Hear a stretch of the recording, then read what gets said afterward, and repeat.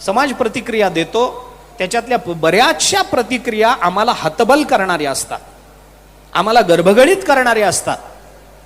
पण अशी हतबलता हातात घेतलेल्या कार्यामध्ये जर आधीच निर्माण होत असेल तर ते कार्य कधीही पूर्णतेला जाणार नाही, हे लक्षात घ्या. कधी ते कार्य पूर्णतेला जाणार नाही. भर्तृहरीने त्या संबंधामध्ये विचार करताना त्या ह्याच्यातही आहे, महाभारताने त्या संबंधामध्ये चिंतन केलंय.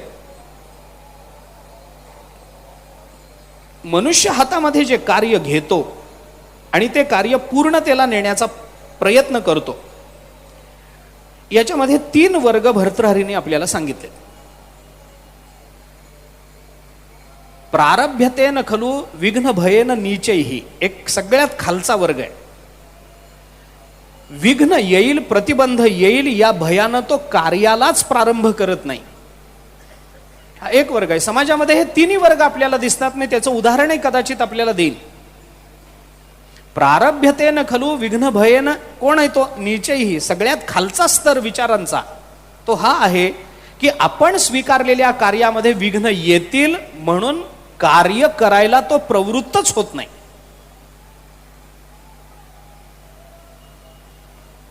त्याला समांतर प्रमाण द्यावं की देऊ नये या संभ्रमात आहे. पण वात्सायनाने कामसूत्रामध्ये विचार करताना कामाचं महत्व पटवून देताना, मला त्या कामाच्या संबंधात बोलायचं नाही, त्यांनी दिलेला दृष्टांत मला सांगायचा आहे वात्सायनाने.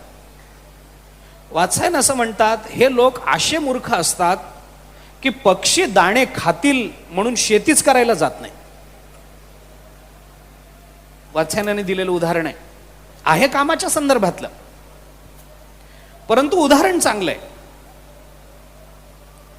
विघ्नाचं भय वाटेल, काम सुरू करण्याच्या आधीच माणसाला विघ्नाचं भय वाटतं आणि भय वाटतं, तो चिंतन करत नाही, भय वाटतं त्याला, आणि म्हणून तो प्रारभ्यते न खलू, कर्माचा प्रारंभच करत नाही, तो सामान्य आहे. दुसरा एक वर्ग त्याच्यापेक्षा थोडासा पुढे जाणारा, प्रारभ्य पण विघ्न विहिता विरमंती मध्य, हा मध्य असणारा हा दुसरा वर्ग आहे. एक नीच वर्ग आहे, एक मध्य हा दुसरा वर्ग आहे. तो काय करतो? प्रारंभ करतो कामाचा, पण विघ्न विहता विरमंती, पण मध्येच प्रतिबंध आल्यामुळं ते हातात घेतलेलं काम, सुरू केलेलं काम तिथं सोडून देतो प्रतिबंध आल्यामुळं. आणि तिसरा वर्ग असा आहे, विघ्नैहि पुनरपि प्रतिहन्यमानः प्रारब्धम उत्तम जनाम न परित्यजंती, भर्तृहरीचे शब्द आहेत. आणि एक वर्ग असा आहे की तो जेव्हा कामाला प्रारंभ करतो त्यामुळे मध्ये येणारे अनेक विघ्न पुन्हा पुन्हा पुन्हा पुन्हा जरी येत असले तरी हातात घेतलेलं काम शेवटाला नेल्याशिवाय राहत नाही. हा सगळ्यात उत्तम वर्ग आहे. प्रारब्धम उत्तम जना, उत्तम जन, एक नीच जन, एक मध्यम जन आणि एक उत्तम जन, या 3 जनाचा विचार भर्तृहरीने केलाय. पुष्कळ आहे त्या संबंधामध्ये, अजून पुष्कळ ठिकाणी भर्तृहरीने तशा पद्धतीचं चिंतन केलं. म्हणजे काही जण प्रतिबंध, अडचणी येतील म्हणून कामच सुरू करत नाहीत, काही जण प्रतिबंध येतील म्हणून काम सुरू करतात पण आलेल्या प्रतिबंधाला तोंड देण्याचं धाडस नसल्यामुळे काम अर्धवट सोडून देतात. आणि एक वर्ग असा आहे की तो काम हातात घेतो, पुन्हा पुन्हा पुन्हा पुन्हा प्रतिबंध आले तरी त्या सर्व प्रतिबंधांवरती मात करून कार्याचा शेवट करतोच करतो. संतांचा हा स्वभाव आहे. भर्तृहरीने चिंतन केलंय, निर्वाह प्रतिपन्न वस्तुषु सताम एतद ही गोत्रव्रतम, संतांचं हे गोत्रव्रत मानलं पाहिजे. काय गोत्रव्रत आहे? निर्वाह प्रतिपन्न वस्तुषु, हातात घेतलेलं काम तडीला नेणं हे संतांचं गोत्रव्रत मानलं पाहिजे, भर्तृहरी सांगतात. उदाहरण सांगतो मी त्याचं. आपल्याच्यानं आळंदीपासून पंढरपूरला चालणं होणारच नाही, पायाला फोड येतात म्हणे, पाऊस पडला तर जेवायला मिळत नाही म्हणे, या भीतीनं काही लोक वारीलाच येत नाहीत. प्रारभ्यतेने खलू विघ्नभयेन नीचैहि, नीच सगळ्यात खालचा वर्ग. प्रारभ्य पण विघ्न विहता विरमंती, काही लोक म्हणतात बघू काय होईल ते होईल म्हणून सासवडचा घाट बघितलं की एसटी पकडून घरी जातात. सुरू केलंय, आळंदी ते सासवड पर्यंत घाटापर्यंत गेलेत, पण मध्ये ते दिसल्याबरोबर नको बाबा इथं, चला इथून बघू पुढच्या वर्षी. घरी जाऊ, चालायची सवय करू, मग पुढच्या वर्षी येऊ. अर्ध्यात सोडून निघून जातात. आणि वारकऱ्यांचा असा एकच वर्ग असा आहे की पायाला फोड येवो, चप्पल तुटो, पाऊस पडो, ऊन पडो, ठेच लागून पडो, जेवण मिळो न मिळो, वळकटी चोरीला जावो,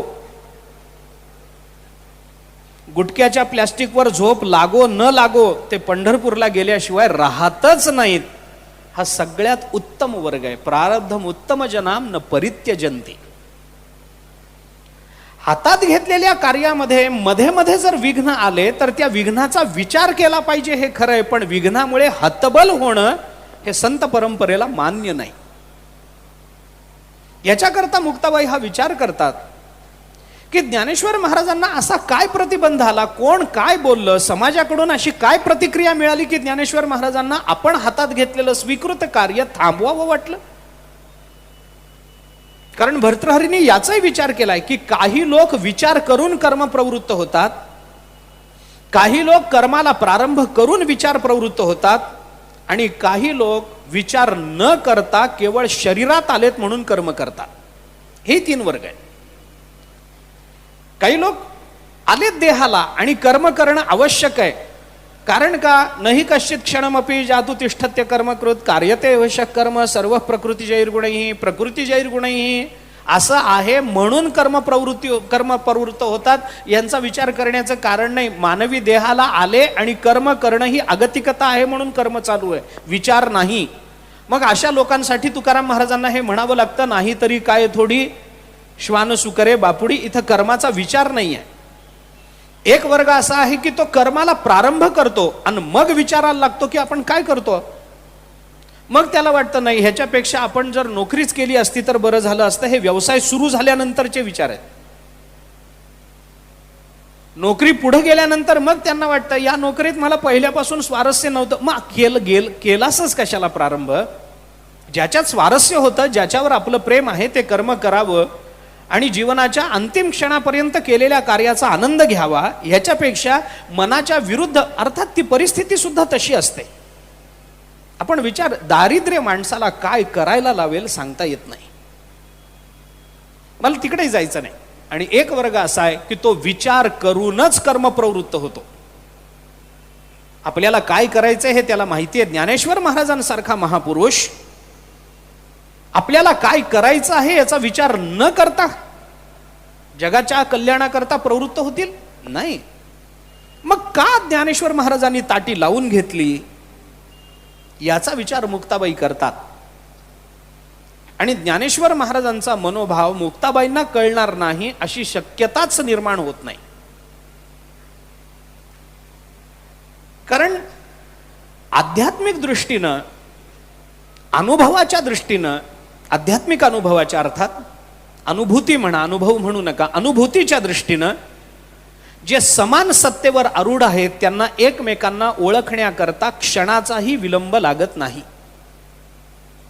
ज्ञानोबारायांचा मनोभाव काय आहे हे तुकाराम महाराजांना काहीशे वर्षानंतरही सहजतेने कळू शकतं. याचं कारण दोघांच्या आध्यात्मिक भूमिका समान आहेत म्हणून, दोघांची अनुभूती समान आहे म्हणून. म्हणजे मधला कालापव्यय सुद्धा त्यांच्या अनुभूतीत प्रतिबंध ठरू शकत नाही, मधला कालापव्यय त्यांच्या समजुतीत प्रतिबंध ठरू शकत नाही. आपण काल बोललो, मुंगीचे मनोगत ओळखे ज्ञानोबारायांचं सामर्थ्य, हेच सामर्थ्य मुक्ताबाईंजवळ नसेल काय? मी आपल्याला थोडंसं वेगळं विचारतो, पटेल न पटेल कोणाला मला माहिती नाही, पण भिंतीवर बसलेल्या ज्ञानेश्वर महाराजांनी भिंत चालवली नसती, मुक्ताबाईंना वाटलं असतं की भिंत चालावी, तर भिंत चालली नसती काय? चाललीच असती ना. म्हणजे सामर्थ्य होतच ना, समानता अनुभूतीची, समानता त्या विचाराची होतीच ना. पण ज्ञानोबारांनी चालवली म्हणून मग मुक्ताबाईंनी नाही चालवली, गरजच नाही. नंतर रेड्याच्या मुखातून वेद प्रकट करणं हे ज्ञानोबारांनी केलं नसतं. निवृत्तीनाथ महाराजांना जर तिथल्या लोकांनी सांगितलं असतं की करा बरं रेड्याच्या मुखातून, आणि त्यांनी जर रेड्याच्या डोक्यावर हात ठेवला असता तर रेडा ऋग्वेद बोलला नसता काय? का असं काही होतं की निवृत्तीनाथ महाराजांनी हात ठेवल्यावर ऋग्वेद बोलावा, ज्ञानोबारांनी ठेवल्यावर यजुर्वेद बोलावा, सोपान काकांनी ठेवल्यावर अथर्वण बोलावं, आणि मुक्ताबाईंनी ठेवल्यावर मग सामवेद बोलावा, असा काही नियम होता काय? काही नाही. सगळ्यांच्याच ठिकाणी समान सामर्थ्य होतं. ज्ञानोबारायांचा मनोभाव ओळखण्याकरता मुक्ताबाईंना प्रयत्नांची गरज नव्हती, चिंतनाची गरज नव्हती. ज्ञानोबारायांचा मनोभाव मुक्ताबाईंनी ओळखला आणि मग मुक्ताबाई ज्ञानोबारायांकडे गेल्या. त्यांनी वाजवलं, दरवाजा उघडला नाही. का उघडला नाही याच्याही भूमिका स्वतंत्र आहे. कारण सहसा ताटीला कडी नसते. उघडून आत गेल्या असत्या तर कोणी प्रतिबंध केलाही नसता. पण मुक्ताबाईंनी ते केलं नाही. मर्यादांची जाणीव असणं हे यशप्राप्तीकरता फार महत्वाचं असतं. बऱ्याच वेळेला माणसाच्या पदरात जे अपयश पडतं ना, ते स्वतःच्या मर्यादांची जाणीव नसल्यामुळे पडतं. आपल्या मर्यादा काय आहेत हे कळलं पाहिजे. मुक्ताबाई धाडकन उघडून आत नाही गेल्या. बहीणच आहे, आली असती तर बिघडलं नसतं काही. ज्ञानोबारांनी काही खोलीतून हाकलून नसतं दिलं. पण मुक्ताबाईंनी ती मर्यादा पाळली, मर्यादेचा भंग नाही केला. तोच रामायणामध्ये सीता मातोश्रीनी केला आणि पुढे काय घडलं आपल्याला ठाऊक आहे. ती मर्यादा आहे, याच्या पुढे यायचं नाही. ताटी लावून घेतली आहे ना. थोडासा विचार करा. मी मानसशास्त्राच्या अंगानं जाण्याचा प्रयत्न करतो. मी सध्या या थोड्याशा विचाराकडे प्रवृत्त झालेलोच आहे. मांडावं की मांडू नये मला माहिती नाही, परंतु कीर्तनकारांनी मानसशास्त्राचा अभ्यास केला पाहिजे. आध्यात्मिक भूमिका मांडत असताना ज्याला मास सायकोलॉजी म्हणतात, ज्याला समाज मानस म्हणतात, ते ओळखलं पाहिजे. मानसशास्त्रीय भूमिका मांडा, समाजाला पटकन कळतात. आध्यात्मिक भूमिका समाजाला गृहीत असतात. लक्षात घ्या, ब्रह्मन माया हे सांगणं समाजाला गृहीतच आहे हो कीर्तनकाराकडून. परंतु मानसशास्त्र सांगा, कुठे नेमकी अडचण येते आपल्या जीवनामध्ये, याच्याकडे डोळे उघडून बघायला सांगितलं पाहिजे. गंमत अशी असते, ताटी उघडून आत जाणं मुक्ताबाईंना सहज शक्य असून मुक्ताबाईंनी ते केलं नाही. त्यांना मर्यादा माहिती होती. ती मर्यादा ही आहे की जोपर्यंत ताटी लावणारा स्वतःहून ताटी उघडून येत नाही, तोपर्यंत कार्याचं पूर्ण समर्पण त्याच्याकडून होत नाही. कारण ताटी लावणारा जेव्हा ताटी उघडतो तेव्हाच त्याच्या परिवर्तनाच्या दिशा स्पष्ट झालेल्या असतात. दुसऱ्यांनी ताटी उघडून त्याला बाहेर काढणं ही त्याच्यावर झालेली जबरदस्ती असते. ज्यांनी ताटी लावली, ज्यांनी स्वतःला बंद करून घेतलंय, त्यांनीच स्वतःला उघडलं पाहिजे. दुसऱ्यांनी उघडून देऊन चमच्यानी बोळ्यांनी दूध पाजवणं हे ज्ञानोबारायण मुक्ताबाईच्या बाबतीत कदापि शक्य नाही. मुक्ताबाई उघडून ज्ञानोबारायांना म्हणाल, काय बसलाय तू ज्ञानदादा इथं, चल बरं बाहेर चल, लोक थांबले तुझ्या प्रवचनाकरता, असं जर म्हटलं असतं तर ज्ञानोबारा बाहेर आले नसते असं नाही. पण एखादं कर्म मी स्वतःहून करणं, याच्यामध्ये ते कर्म चांगलं होण्याची जेवढी शक्यता असते तेवढे ते कर्म माझ्यावर लादून घेऊन करून घेणं, याच्यामध्ये त्या चांगुलपणाची अपेक्षा ठेवता येत नाही. म्हणून मुक्ताबाईंनी ठरवलं की आपण उघडायचं नाही, त्यांनी उघडून बाहेर यावं, तर मग पुढच्या दिशा स्पष्ट आहे. मग ते बाहेर येण्याकरता, त्यांनी स्वतः बाहेर येण्याकरता त्यांच्या ज्या प्रेरणा जाग्या झाल्या पाहिजेत असं मुक्ताबाईला वाटलं, त्या सगळ्या प्रेरणांचं चिंतन या मुक्ताबाईंच्या अभंगामधून प्रकट झालं.